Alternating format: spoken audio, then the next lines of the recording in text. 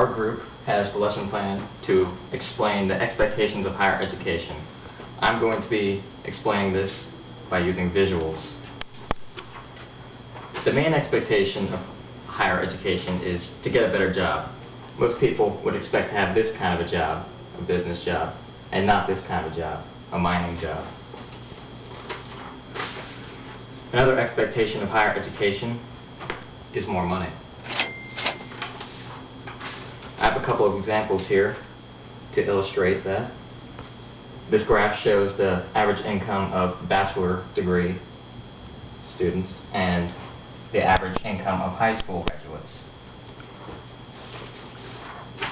And this is another example based on weekly incomes. Those who graduate from college make about $1,000 a week. Those who graduate just from high school make about $500 a week. General expectations are having nicer stuff, comparatively an Infiniti G37 or a Chevy Cavalier. More expectations of a higher education is having a nicer house, this over this. In conclusion, the main expectation of a higher education is that because of your education, you'll lead a happier, more comfortable, and more fulfilling life than you did if you did not receive a higher education. That is the end of my part. Hello there. I'm going to be telling you about my intelligence style, which is logical and mathematical. You can use this intelligence for the expectations of higher education in many ways. One of the ways you can use this intelligence is to help you in having abstract relationships with your professors, and this could increase your chances of being successful in achieving your higher education. This intelligence can also help you in determining averages, prices, in getting a higher education compared to stopping education after high school.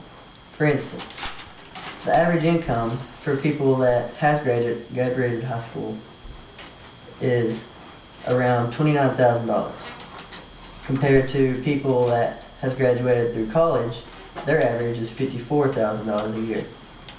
The difference in these averages is around $25,000.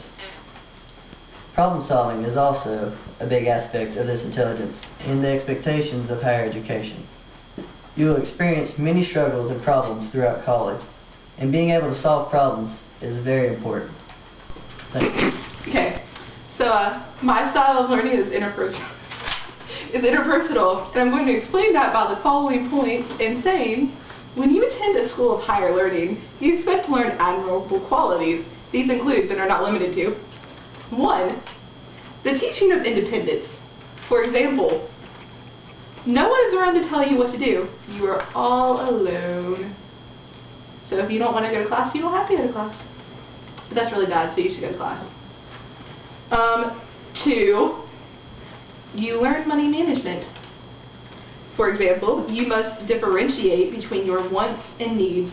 Like, you got to decide if buying that hedgehog is totally worth it. Which it might be, but you never know. You have to decide. 3, you learn how to think critically. For example, you have to think critically when it comes to making videos for projects. 4, you learn time management. For example, you have to know how to balance between work and play, because otherwise you might combust from stress. It's possible, And finally, 5, college helps you find yourself. By doing all of the aforementioned things, you totally learn who you are, which is awesome. The end.